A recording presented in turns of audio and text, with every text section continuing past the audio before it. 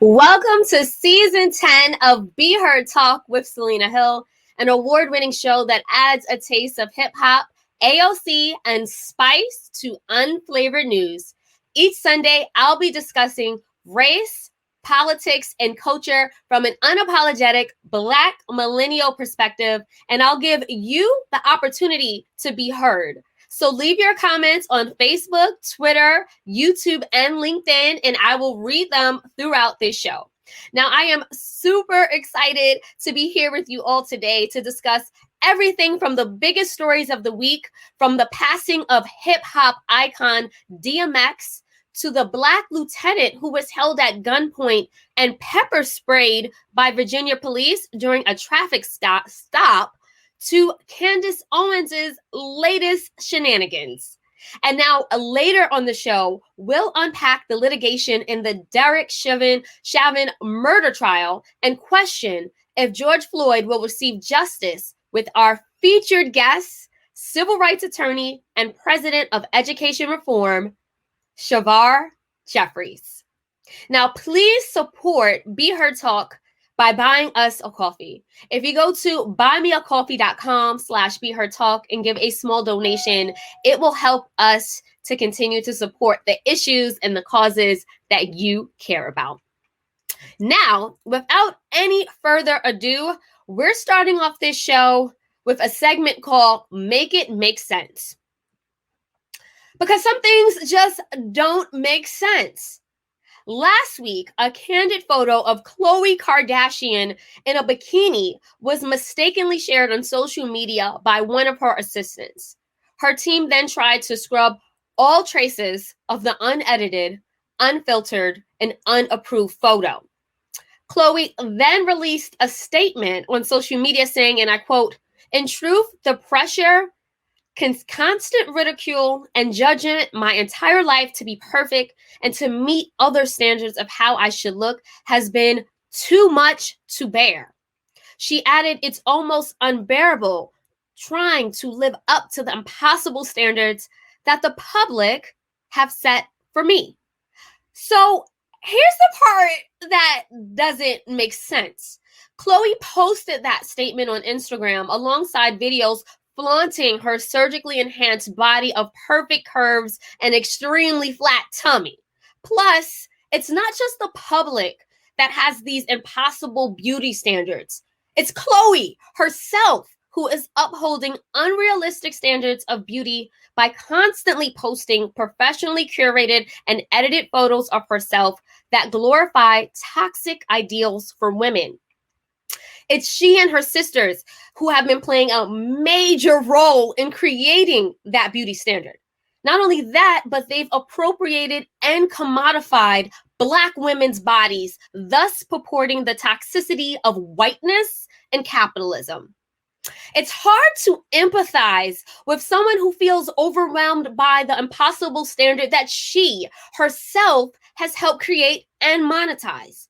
And what's incredibly frustrating is that when Khloe cries about not getting enough credit for working on her body through diet and exercise, she fails to note that it's her privilege that gives her access to things like a personal trainer and a personal chef. And she wouldn't dare even talk about the surgical procedures that she has done to shape her body. And as a result, little girls and grown women alike are looking up to her and thinking and saying, I wish I can have a body like that.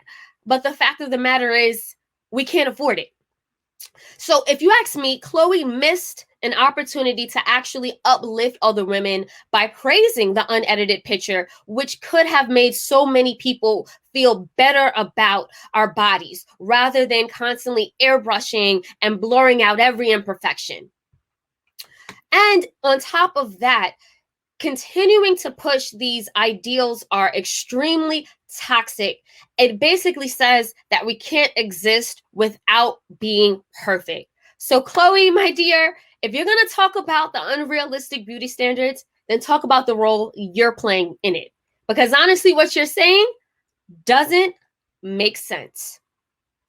Now, on that note, we are moving things along to the news roundup. This is the time that we talk about the biggest, most impactful stories of the week, the ones that made us laugh, cry, or go on a Twitter rampage. And to help me with this segment, I have two very special Be Heard Talk correspondents, starting with Kai Asiovio. I know I messed it up, but he is a Bronx-bred storyteller with a love for Black culture, hip-hop, food, and New York. How's it going, Kai? Pretty good. How's it going? I'm good.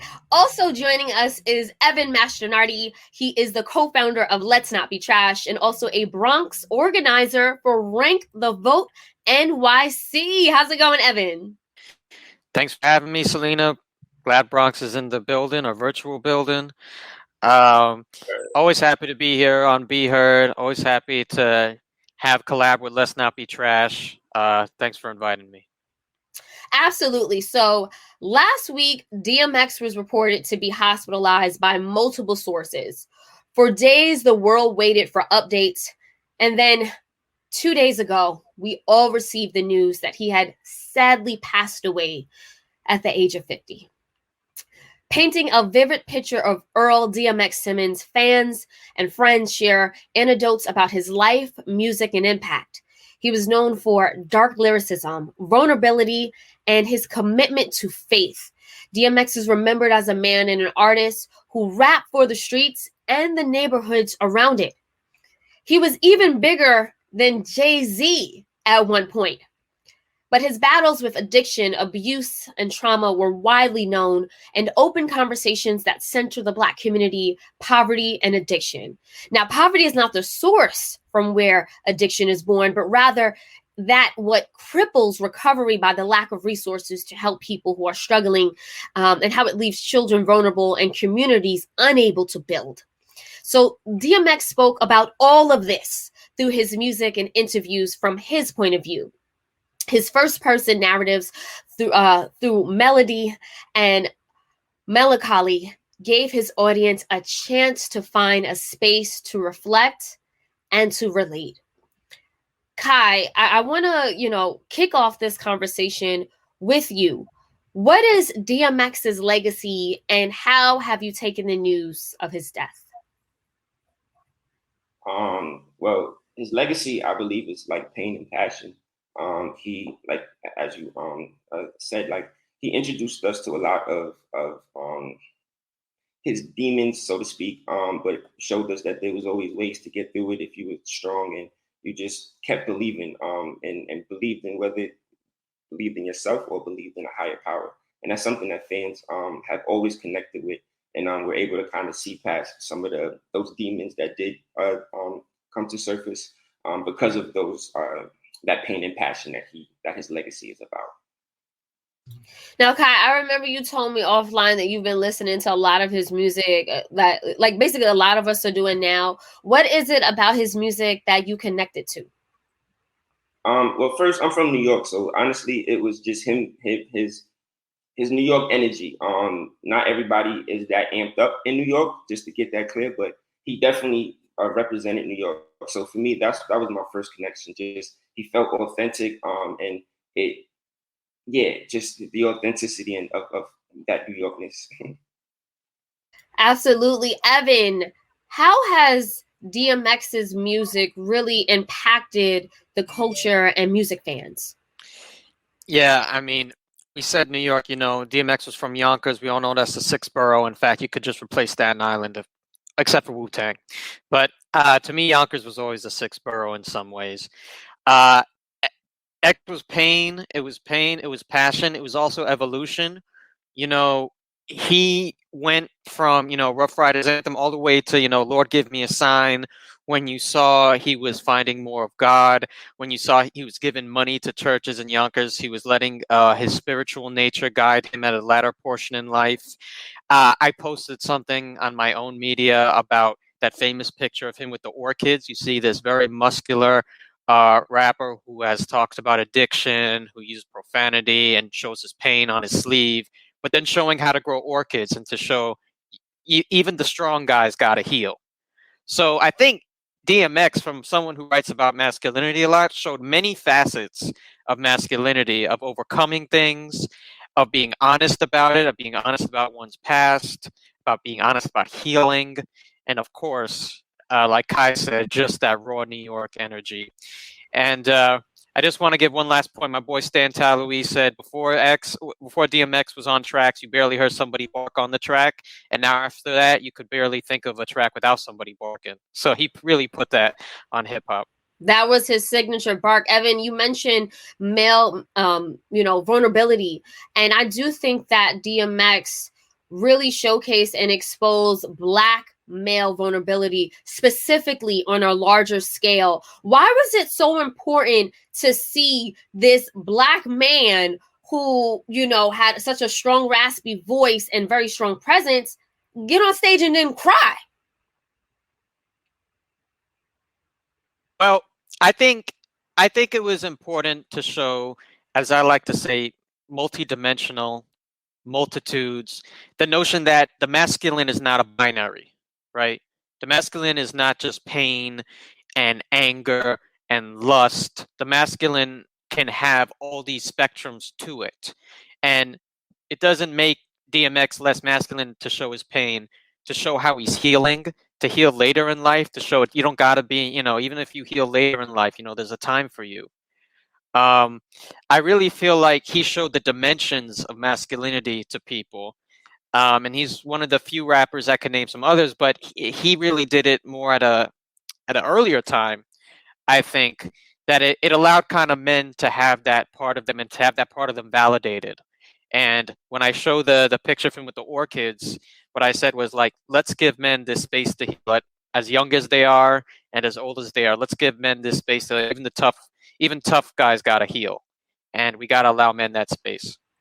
Absolutely. So Terrell Williams left a comment via Facebook saying, "It was his style and truth behind the music for me." And Black Culture Cafe also left a comment via Facebook saying, "Facets of humanity, not just masculinity." Kai, DMX also spoke a lot about his troubles and, his addiction with drugs.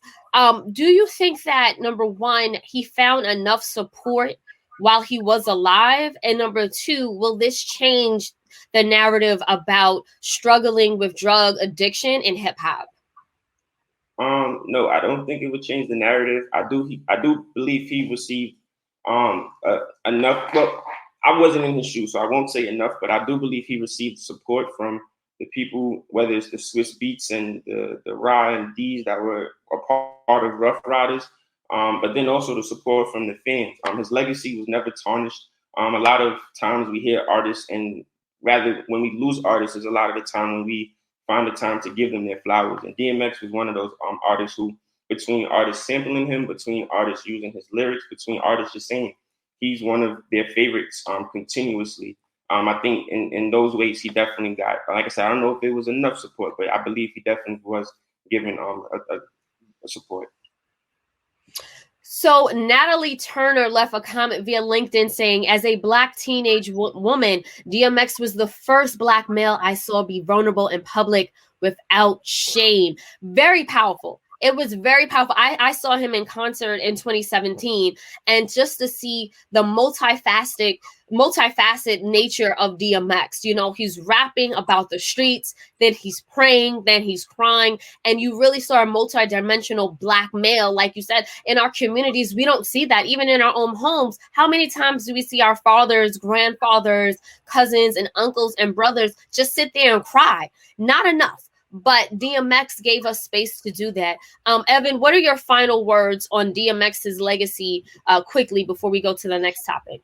It's funny you mentioned that. As someone who has read Bell Hooks, The Will to Change, she has a chapter actually that said something to what you said. It was that the only time it was acceptable for men in her family, and she's a Black woman, to cry was in the church. And when that happened, that spirituality happened in that realm, it was okay to see more emotion for men. And I think DMX kind of brought that beyond the church. I think he brought his spirituality to everyone. He said, you could have it outside too. You could have it with your spirituality outside. You could have it with your masculinity outside. You can have that vulnerability in many places. So I think he brought it to places that not necessarily was validated before, and he did it as a great lyricist and musician. Kai, what are your final thoughts on DMX and his legacy? Honestly, he was a titan.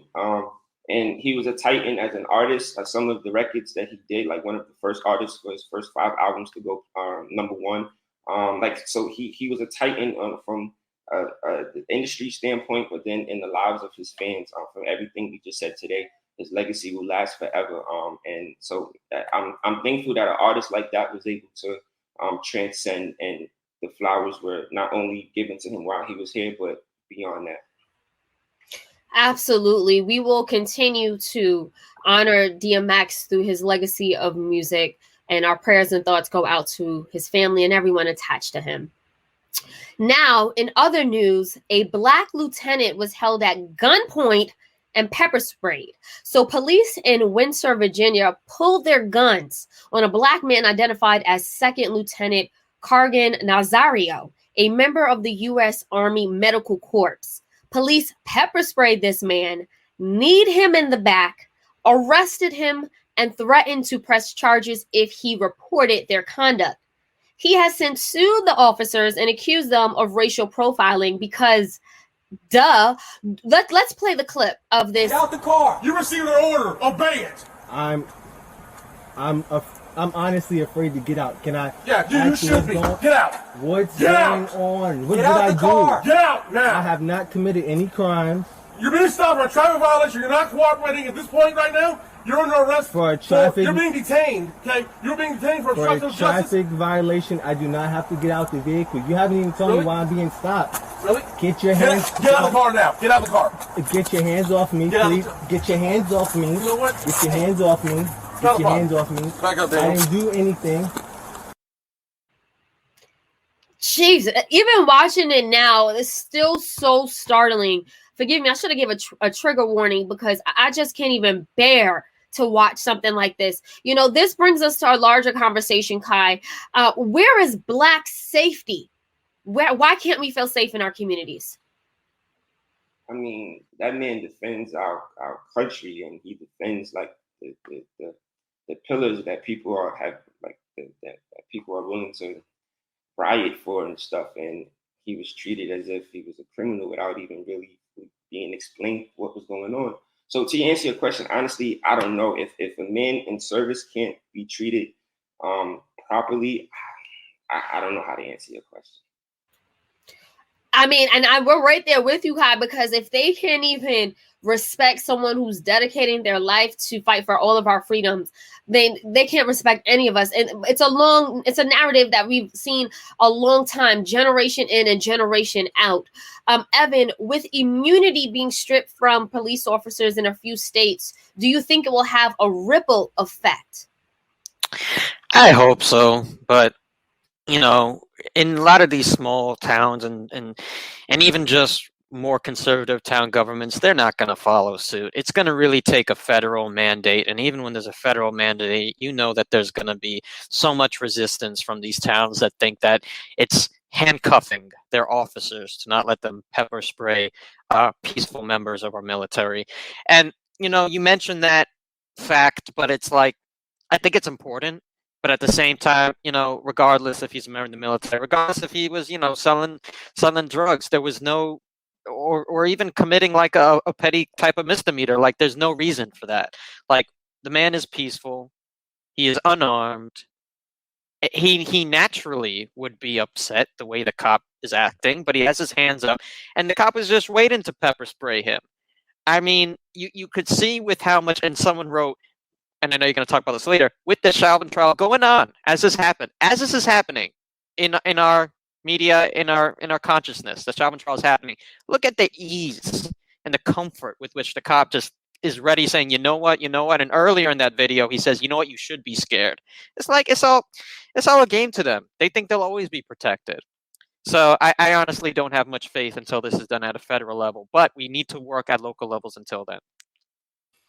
So Rachel Johnson left a comment via Facebook saying this officer got upset just because he knew his rights to not get out of the car. Sad. You're right. So as we saw, the lieutenant said, I don't have to get out of my car for a traffic violation. And it seemed like that really bruised his big white ego to the point where he was about to kill this man. Like, did you see how close he had him? He wanted to shoot him at gunpoint. Like, honestly, I'm at the point of so much outrage.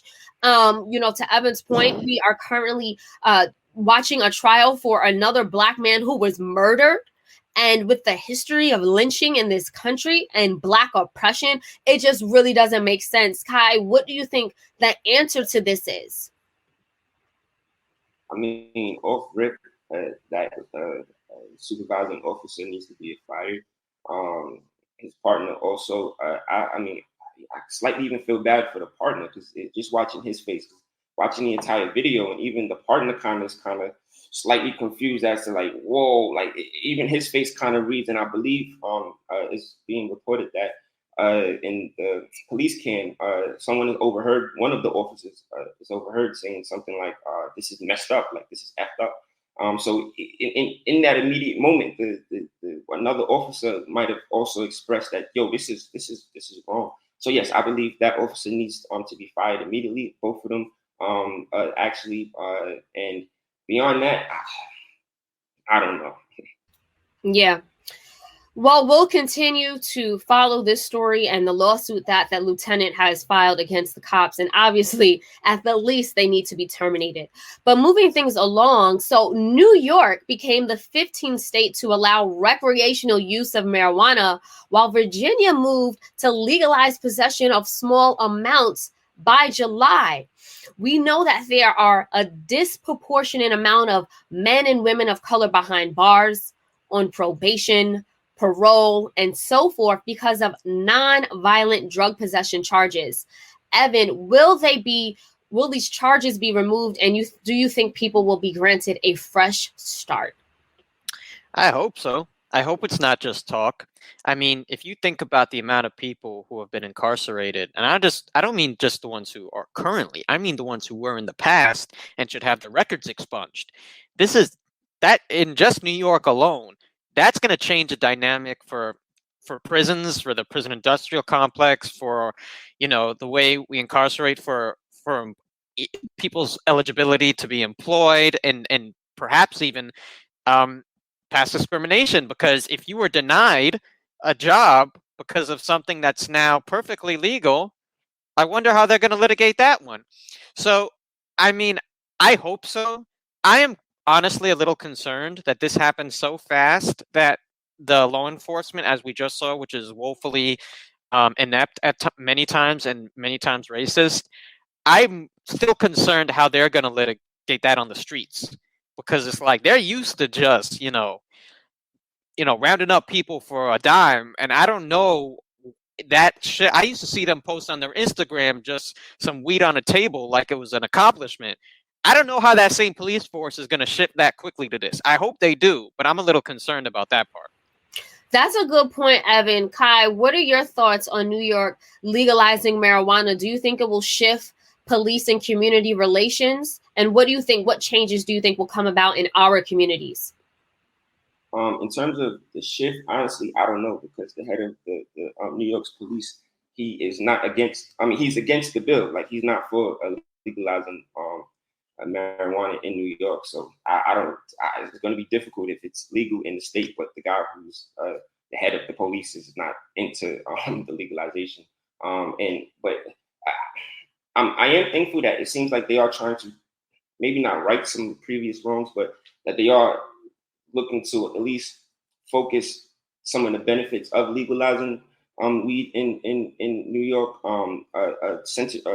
get targeted and making sure that I think about 40% of tax revenue will go directly to communities that were historically affected by marijuana being illegal. So I guess I don't know, to answer your question in terms of how will it change the shift between police and neighborhood relations, because like the police might not be as with the legalization as the people are, but I do like that the bill itself is trying to at least get funds and even beyond that, even licenses. A certain amount of licenses will be allotted just for people who were historically impacted by the illegal marijuana situation. So to answer your question, I'm not sure, but I am happy that there are portions of this bill that will at least seemingly help us in the future. So Stacey R. Owens left a comment via LinkedIn saying, "You can't legislate hearts and minds. Accountability for rogue and criminal police." That kind of, I think that has to go with the previous conversation we have, but that definitely echoes into this conversation about how police will now handle communities of color, the communities that they've surveilled for generations because of small amounts of marijuana. Will they just wake up and, everything be fine? More than likely not.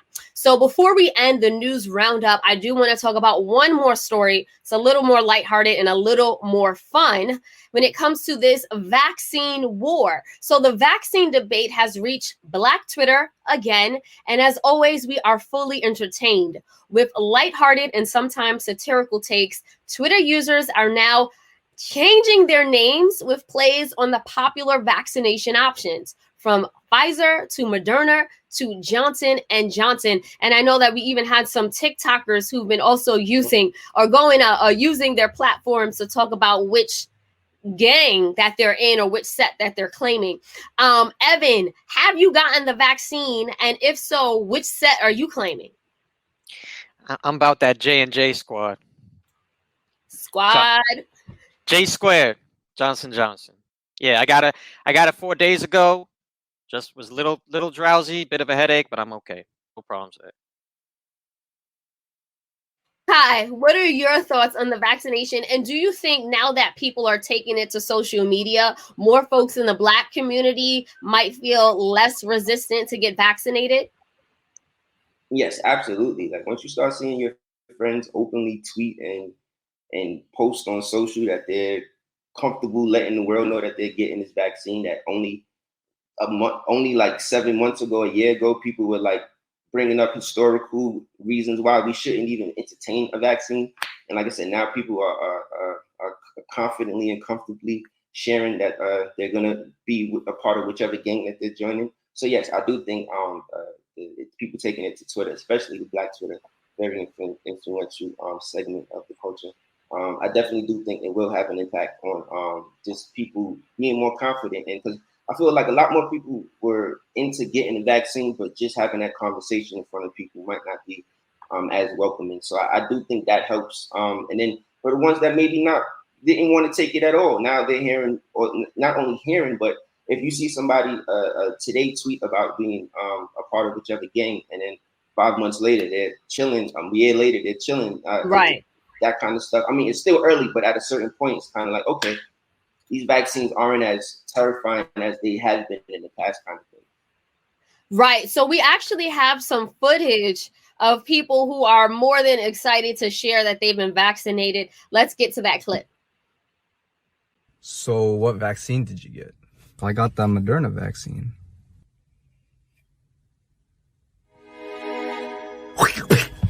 Yo, man, what the heck? I can't believe I'm in the same room with a Moderna mutt. Oh, that's how it's gonna be. How it's gonna be. Okay, What you gonna do about I didn't it? remember inviting a filthy Pfizer here. Last time I checked, we got 95%. You got 94. Where'd that 1% go, bro? It's thick like Pfizer here. Shout out to Gen Z for just taking the vaccines and making it their own and running with it and making so many more of us comfortable with getting vaccinated. Shout out to them. And I also want to give a shout out to Kai and Evan for joining me for the news roundup. Always appreciate your commentary. Thank you again, guys. Thank you. So we're going to keep things moving before we get to our very special featured guest and we unpack the Derek Chauvin trial. I need to question a few things that had me say, really? First of all, Candace Owens says it's time to pull our kids out of school because they are being taught how to hate white people. Do we have a clip to play?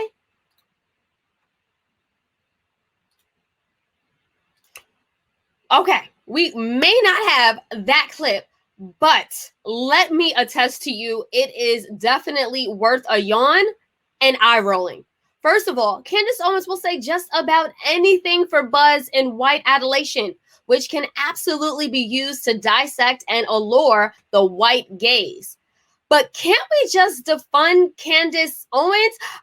That's why we aren't the ones who keep her booked, just busy. Really? And speaking of Candace Owens, another thing that had me question and just say really is that it's been reported that fathers must go half on the pregnancy bills in the state of Utah. It reminds me of something 50 Cent once said, but with a little twist. Maybe we should have a baby by me, baby, and pay your fair share. Utah is one of the first states to require biological fathers to go half on pregnancy bills. So y'all not just going half on a baby, y'all going half on the bills. Really? And last but not least, New York City singles are ready for slutty summer of casual sex as COVID-19 vaccinations rise. The streets are calling some of our names. So Megan Thee Stallion declared a hot girl summer, but afterwards said, but my man could come pick me up. But it's the singles in New York City that are saying that the boot up, the cuffed up, and those who are in love can stay inside. Really? Really? Okay, guys. So after that, now it is time to actually kick off our main segment, George Floyd, the Derek Chauvin trial, and ask the question, will justice be served? So we know that the trial of former Minneapolis police officer Derek Chauvin moved through its second week of testimony, giving the jury a more complete picture of what happened on May 25th, 2020, the day that George Floyd was killed. As we know, he was struggling on the ground. Well, maybe in the beginning, he wasn't actually struggling on the ground. He was completely face down on the ground in handcuffs when Derek Chauvin kept his knee on his neck for more than 9 minutes. Now, Floyd appeared to be unconscious for 4 of those minutes, but still Derek Chauvin would not let up. So far, jurors have heard a number of police officers testifying against Derek Chauvin. We also heard an emergency room physician who made the pronouncement, that followed by other medical professionals who took the stand, that says basically based on their expertise, he died as a matter of lack of oxygen. We also seen a parade of police officers breaking the blue wall of silence and testifying that Derek Chauvin was not acting properly or appropriately during this arrest. So without further ado, I want to invite to the conversation Shavar Jeffries, who is a civil rights attorney and president of Education Reform Now. Thank you so much, Shavar, for joining this conversation with us today. Happy to be here with you. So we just played some clips from the trial. A number of us are watching, but I think it hits really differently for, us, our community. And, before you're a civil rights attorney and a political leader, you're a Black man. So I want to actually start there. How does it feel as a Black man watching the Derek Chauvin trial and reliving the trauma of George Floyd's murder? It's very difficult. It's re-traumatizing.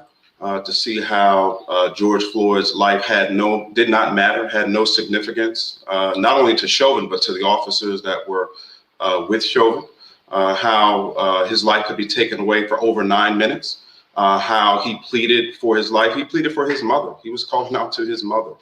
He was not treated as a human being should be treated. He wasn't treated as the ways in which we'd expect any human being to treat another human being. And we know that we as Black people, we get treated this way on a consistent basis. Obviously, enslavement was a brutalization of the Black body, Jim Crow segregation and the terrorism and the lynchings that were used in forced Jim Crow segregation throughout the Southeast. That was a brutalization of the Black body. We've seen post-Jim Crow, the ways in which some officers have used the authority that have gone beyond the authority that they have in the law, but have used the cover of that authority to brutalize Black bodies. We've seen this happen repeatedly. And so to see what George Floyd was subjected to was just another reminder, another traumatic reminder of the ways in which our bodies, our lives can be taken arbitrarily, without provocation, without reason. This man, this stop involved a counterfeit $20 bill. This man was unarmed. This man was handcuffed. This man was prone, lying on the ground. He posed no threat to anyone. And of course, even the fact that he was passing a counterfeit bill really doesn't bring with it any significant threat. But for him to be murdered in this way, in broad daylight, just speaks to the ways in which Black lives too often just continue not to matter in this country. Absolutely, Shavar. So, this is the second week of testimony. I wanted to get your thoughts as an attorney, what you thought about the second week of testimony in comparison to the first, because I read that there was a lot of criticism the first week, and some people were saying that the arguments weren't substantive. What's your take? Yeah, my take is, there's really two major issues that we've seen in the trial so far that I think is important for people to keep track of. One is what we'll call justification in the law, and the other is causation. So under justification, that gets into whether or not the force that Chauvin brought to bear on George Floyd is justified under the law. So police do have the ability to use violence in certain situations. We saw in the clip where the officer was asked about objective reasonableness. So an officer can use force that's objectively reasonable based upon the force that he or she feels they need to subdue. On that issue, there's really no credible argument because George Floyd didn't present any threat to anyone. He was handcuffed. He was lying prone. Of course, we'll hear in the trial all sorts of arguments about maybe he was in some sort of drug high where he could have still brought some violence. Sometime when we heard some conversation during the trial about even when people are unconscious, they could wake back up and bring violence. So because that dealt with the fact that Chauvin continued to keep his knee on Mr. Floyd even after he was unconscious. So the justification issues all get into whether or not lawful force was brought to bear on Floyd. Then the second issue is causation. And so despite the fact that George Floyd was alive, he had this encounter with Chauvin, he was choked and died, there's actually, the defense is trying to make the point that it wasn't Mr. Chauvin's assault on Floyd that caused him to die. It was that he had drugs in the system. It was that his heart was weakened. It was that there were issues about Mr. Floyd, which is consistent with the kind of victim blaming that we've seen historically in these type of trials. So it's important for people to keep track of both the justification part of the trial as well as the causation. I do think the second week we really saw, frankly, even more compelling testimony from a legal standpoint. The first week involved a lot of emotional testimony, which is very important. But under the law, there's a set of technical elements that have to be demonstrated. And when you heard from police officers who talked about how that the actions that Chauvin took had no basis in the policy of the Minneapolis Police Department, had no basis in the ethics and values. The most senior homicide detective in the Minneapolis Police Department testified to that. And even more powerfully, the police chief of the department spoke powerfully about that. So I think that testimony was very compelling. And it was significant because it's rare in these type of cases where you see other officers who will stand up and speak against the unlawful conduct of other officers. We'll see what that means when it's time for the jury verdict, but that was significant. So Natalie Turner left a comment via LinkedIn. She says, this was a crime against humanity. Michael R. Hasler also left a comment via LinkedIn. He says the witness and experts did a fantastic job this week. Shavar, to your point, like we hear the testimonies on both sides. And I think we touched on it. The defense is saying that George Floyd died as a result of health conditions and overdosing on fentanyl or, whatever drugs that were found in his system. Is that a credible argument? And if so, do you think that raises reasonable doubt? I do not. I absolutely do not think it's credible. The testimony spoke to that this week. Of course, the defense hasn't put on its case yet. That will come. To me, any reasonable person Any person who has basic cognition, I would argue any person who can see that George Floyd was alive. He then had an encounter with Derek Chauvin where for over 9 minutes, he pressed his knee forcefully on George Floyd's neck. We heard significant medical testimony, which just confirmed what any person with eyes would be able to see, that George Floyd died of asphyxiation, which is just basically that you can't get oxygen to your brain. And that was a consequence of the fact that that George Floyd effectively was being strangled to death. So to me, there's no reasonable person who could find otherwise. However, we know about the history of our country when it comes to police misconduct and police brutalization of black bodies. All it takes is one juror who can say, hey, I feel that the waters were muddied enough. Maybe there was enough drugs in the system. Maybe he did have a weakened heart condition. And if you overlay that with the ways in which black bodies have been racialized, where some are view black bodies as predisposed to being predatory or predisposed to being violent. When you put all that together, I would not be surprised, sadly, if Derek Chauvin goes free. I would hope at minimum he gets manslaughter. I mean, this was murder, to be clear. So Chauvin should be convicted of the most serious crime that he was charged with, which is second-degree murder, which carries with it potentially a sentence of up to 40 years.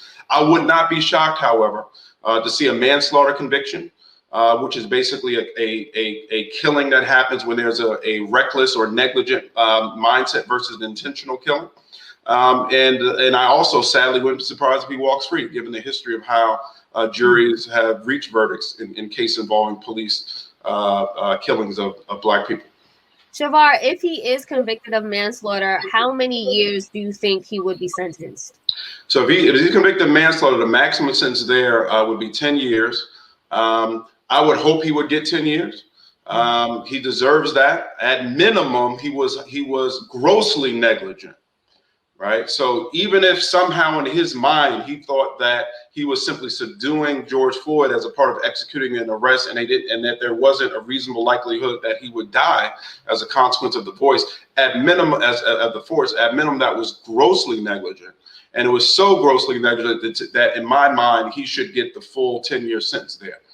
To be clear, this was murder. And so whether it's the second or third degree murder offenses that Chauvin has been charged with, to me, this country should send a very strong signal, which would be different from the signal we had in the past, that the arbitrary murder of black lives by police officers, that folks can be held accountable. And that's what the police chief spoke to. The police chief spoke to the fact that good officers deserve some discretion when they're doing the right thing, but when you do the wrong thing, you got to be held accountable. And clearly, what Derek Chauvin did here was unjustifiable, was shameful. And I do agree with what was said in the comments. It was an act against humanity. So JP left a comment via YouTube. JP says, we must be honest with this case. Don't act as if this case is an easy one. We've seen that with Trayvon and all the other cases that had the same outcome. Let's not be surprised if it doesn't go our way. Honestly, JP, my expectations are so low. 30 years ago, we watched Rodney King be beaten and all those officers were acquitted. We watched George Zimmerman be acquitted. And, Breonna Taylor, no one was held accountable for her death directly. So, yeah, I mean, time and time again, and I think that we're all really frustrated. Avant Drummer actually is asking a question via Facebook. Avant says, has the prosecution yet proved intent? Have they established intent, Shavar? Well, now remember, so Chauvin there's 3 charges before the jury. One is second degree murder, third degree murder, and manslaughter. First degree murder actually requires an intent to kill. The second degree murder offense, which is the most serious charge at issue here, requires the killing of someone in the process of committing a felony. Here would be felonious assault. So even if Chauvin didn't have a specific intent to kill, but he did have the intent to commit this felony, which was assault, he could still be convicted of the second degree murder. And that's what I believe should happen here. I absolutely agree. I do think this is an easy case. And at the same time, I still don't expect Chauvin to get convicted of second-degree murder just because of the history of racism in our criminal punishment system as it relates to police killings of black bodies. But I say this queso issue, Floyd was handcuffed. He was handcuffed, right? I believe many other cases were easy as well. I believe the Trayvon Martin case was easy. I believe Eric Garner, and we could go down the list of a whole variety of cases I felt were relatively easy. This is even easier because George Floyd was in the handcuffs. He was on the ground prone in handcuffs, and he was unarmed. So what reasonable threat could he present to anyone? He couldn't use his hands. So if we can't get a conviction here, then I don't know when we can ever get a conviction of murder.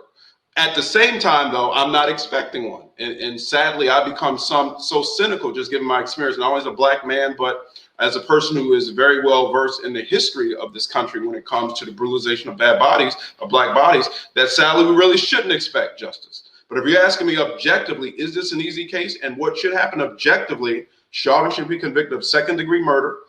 He should serve a significant sentence, somewhere between 20 to 40 years. To me, something in that ballpark would be justice, but sadly, I don't expect it.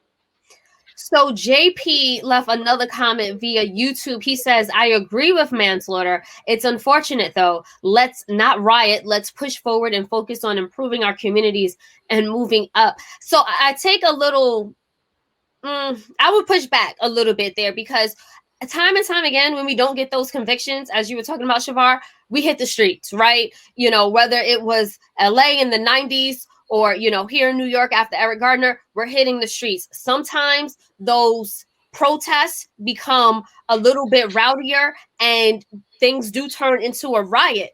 But, you know, it was Dr. King that says the riot is the result of the unheard. What is your take on the moving forward process? Because it feels like this country won't even give us the dignity to have a case to talk about these issues unless we're burning stuff down. We have, moving forward, I think we have to do a series of things. One is we have to continue to take over prosecutors' offices. We got to continue to get more people in our police departments who have, frankly, an anti-racism mindset. We have entirely too many officers who at best have a mindset steeped in unconscious racism, unconscious bias, and we have seen some history that some white supremacists have targeted certain police departments to infiltrate. I think the bigger issue is the kind of unconscious bias. And so that's why you have to have active anti-racism training, but also you want to, from the beginning, recruit different officers with a different sort of mindset. We have to continue to elect people in the prosecutorial offices in order to make sure that folks are being held accountable and that these charges are being brought, which is what we do have here. So that is some kind of progress, that at least Chauvin has been tried and he's been charged with murder. When you get that jury notice, you got to show up for jury duty. We oftentimes don't have racial equity in too many of our juries. We got to have our people show up in juries so that you can be in a position of making decisions. And we have to agitate and make noise. If Chauvin is acquitted, that is a gross miscarriage of justice, and our voice has to be heard on that. We marching, rallying, letting elected officials know how problematic this is. We need to push for federal, to the extent there's federal remedies, which there could be. If there's some federal criminal remedies that we can avoid double jeopardy issues, those should be explored as well. But if he's found acquitted, it's going to be hard for anybody in a straight face to say to black folk that they should expect any reasonable form of justice in this country, and that would just be another instance, that causes black people to see that they're really not a full part of this country. So what we can do is try to work within the system. The system has not shown itself, to systematically serve our interests well. We just have to continue to keep chipping away at it. But I would not be surprised if there are, very boisterous, potentially riots in the aftermath of this, because if Chauvin is acquitted under these circumstances, it's beyond a slap in the face to the black community, and not only just the black community, any human being of goodwill who just believes human beings ought to be treated with decency and respect. Agreed, Shavar. So Michael R. Hasler says, let's go to Michael's comment first. Michael says, elections and voting, no violence. That's what his take on, how do we move forward is. That's his answer. Natalie Turner left a comment via LinkedIn. She says, we can pay the system's taxes, but the system's laws don't protect us.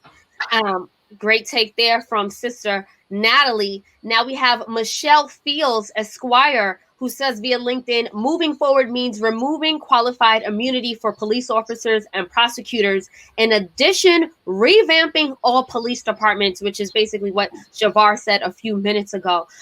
Moving forward in the trial, Shavar, what can we expect come Monday, come tomorrow, number one? And number two, what do you think? How does this trial changing us as a country? Well, I think, we're going to get the defense's case in the weeks ahead, and they're absolutely going to go aggressively on causation. So we're going to hear a lot of testimony about allegations of drug use by George Floyd. I'm sure there's going to be expert testimony that talks about the effects drug use can have on the heart. We're going to, I'm sure, hear testimony about other ways in which that they can try to divert attention from Chauvin's actions to George Floyd and to his choices. I'm sure we'll hear testimony about how he wasn't as compliant as quickly as the officers would have wanted him to be. I'm sure we'll also hear some testimony and we've seen some of this already, that the crowd was making noise. The crowd were calling some of the officers' names, and that could have caused these officers to be distracted and not to fully appreciate what was happening with Mr. Floyd. To me, none of these issues really are credible, but we should anticipate a lot of this sort of conversation. I think as a country, what was powerful was in the aftermath of George Floyd's murder, we saw a multiracial, diverse group of Americans, and not just Americans, people throughout the world stand up to say we have to be better. And so if anything gives me hope in the midst of this, even if Chauvin is acquitted, which again, I would not be surprised if that were to happen, although objectively it should not, is a wide cross-section of Americans have begun to look in the mirror in a different type of way as it relates to the realities of racism and how it continues to play a role in the ways in which institutional authority and power is meted out in this country, not only in policing and criminal punishment, but in really every domain of our society, from access to capital, housing, our school system, healthcare. We see this in the context of COVID-19, where communities of color are disproportionately affected by COVID. And so I think that has been very positive. And we've seen a large number of institutions invest capital in terms of Black businesses and Black and brown communities. We've seen a variety of different institutions begin to examine their practices, whether it's hiring, whether it's promotions, whether it's their vendor relationships, their supplier work, their procurement of goods and services and professional services. We've seen in the political space and domain, we begin to see some conversation, some examinations around the ways in which all of our institutions of authority conduct themselves, and making sure it's done in a way that's not only non-racist, but in a way that's actively anti-racist. What I would like to see in criminal punishment is we also need to reimagine the ways in which our criminal punishment system deals with nonviolent offenses. The police are called to deal with too much. The police should largely be restricted to violent situations. If it's a nonviolent situation, we should have unarmed civil officials who can deal with nonviolent situations. Mr. Floyd was accused of passing a counterfeit bill. There's ways he can be charged civilly. There's ways he can be charged criminally that don't require an armed officer to be involved. We've seen in a bunch of other instances in ordinary traffic violations, we've seen Black people and other people of color murdered after what should be ordinary interactions with police. We don't need armed police officers enforcing these kind of basic, and what we'll call anodyne, nonviolent offenses. So in the criminal punishment space, this is the area where we need to reimagine policing, reimagine prosecution. Policing and prosecution should be relegated and prioritize for violent offenses or very, very serious property offenses. And we can use other remedies, other approaches to deal with other types of harms. So I do think the bottom line is what has been positive, Selena, in this moment is that Americans of all shapes, of all colors, of all religions have begun to say, we got to be better than this. This can't be what this country is. A lot of folks fooled themselves for a long period of time to think this country was more racially equitable than it really is. And I think the George Floyd situation has really put a mirror up to what this country is in too many instances. Well said. You got a lot out in that last soundbite, Shavar. We appreciate that. We appreciate your time here. We here at Be Heard Talk will continue to follow the Derek Chauvin murder trial. Obviously, we are praying, fighting, and rallying for justice. Thank you, Shavar. Thank you. So we are actually going to close things out with a new segment here on Be Heard Talk with Selena Hill. It is titled Rest in Power. And this week on Rest in Power, we are sending, our condolences to the family of Midwin Charles, who was a Black defense attorney, legal analyst for MSNBC and CNN, and the founder of the law firm Midwin Charles and Associates LLC. She passed away sadly on Tuesday at the age of 47. We are also sending condolences to the family of Florida Rep. Alcee Hastings, who died on April 6th at the age of 84 after being diagnosed with stage 4 pancreatic cancer. Now, the Democratic congressman, who was Florida's first Black federal judge, fought for civil rights. He was first elected to the House in 1992. And lastly, we are ending this show by once again paying tribute to hip-hop icon DMX, who spoke to GQ about his music in 2019, saying, and I quote, "If the mainstream accepts it, okay. I'm not going to make it for the mainstream. I'd rather make music for people that I come in contact with, people that I can count on. That's what I make music for, people in the hood." Now, DMX dedicated his life to making music that expressed the pain, joy, trauma, and beauty of the hood. With sincerity and intensity, he reflected and amplified the voices that have been silenced for generations of neglect. As a result, his lyrics made us feel seen and it made us feel heard. DMX was beautifully complex and tragically troubled, just like the ghettos, communities, and streets that he uplifted in his music. He also turned his personal battles with alcohol and substance abuse into his music and talked about grappling with addiction, self-medication, anger, and grief. And by doing all of that, he showcased Black male vulnerability in a way that was so profound and changed the way the world views Black men.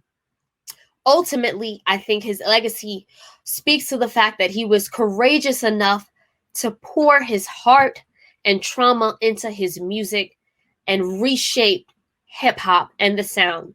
On that note, we're going to end with one of his most profound videos, Slippin', where he basically showcased his own overdose in a very graphic and profound video. Again, it speaks to his vulnerability, it speaks to his courage, and it speaks to a lot of us, because I think that many times when we think of those in the hood who are addicted on drugs, we relegate them as crackheads and a bum and a homeless person, and we don't think like, no, this person could be extremely talented. This person could be extremely gifted. This person could be a philanthropist. This person could be DMX. And that's what he showed, that people are multifaceted, and we can't cast away certain segments of society because we don't know who they really are just because they have internal demons. So we're going to go to Slippin', and then we're going to say goodbye. But we will be here next week, God willing. Much respect to all my kept it real. Strong, kept it from doing wrong. Who they is, and this is your song.